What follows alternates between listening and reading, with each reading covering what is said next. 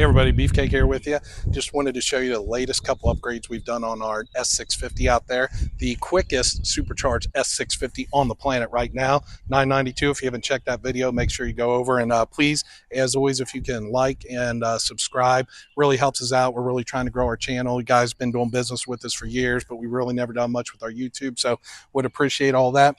First up is the Anderson Composites, the GT 500 style hood with the louvers. As you know, all these hoods, they always come carbon fiber looking. And if you saw our 2018 with the blue carbon fiber hood, everybody was just in love with it. I didn't think on the red, the guys over at Liberty Collision who does all of our work, they didn't think the red would look quite the same as the blue did, but we did still want to do something different. So we painted the hood.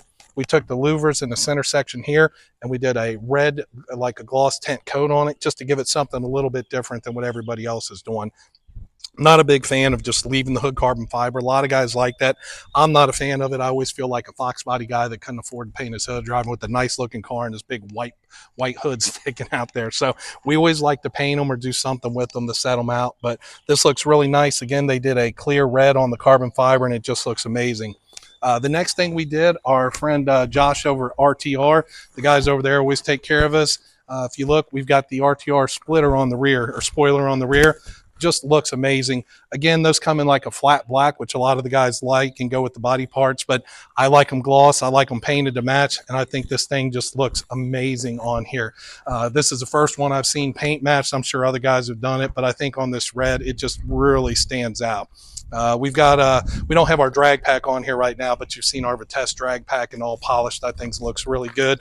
These are some ADV1 weld wheels that we've got on here, some flow form that our friends over there had sent us for the car.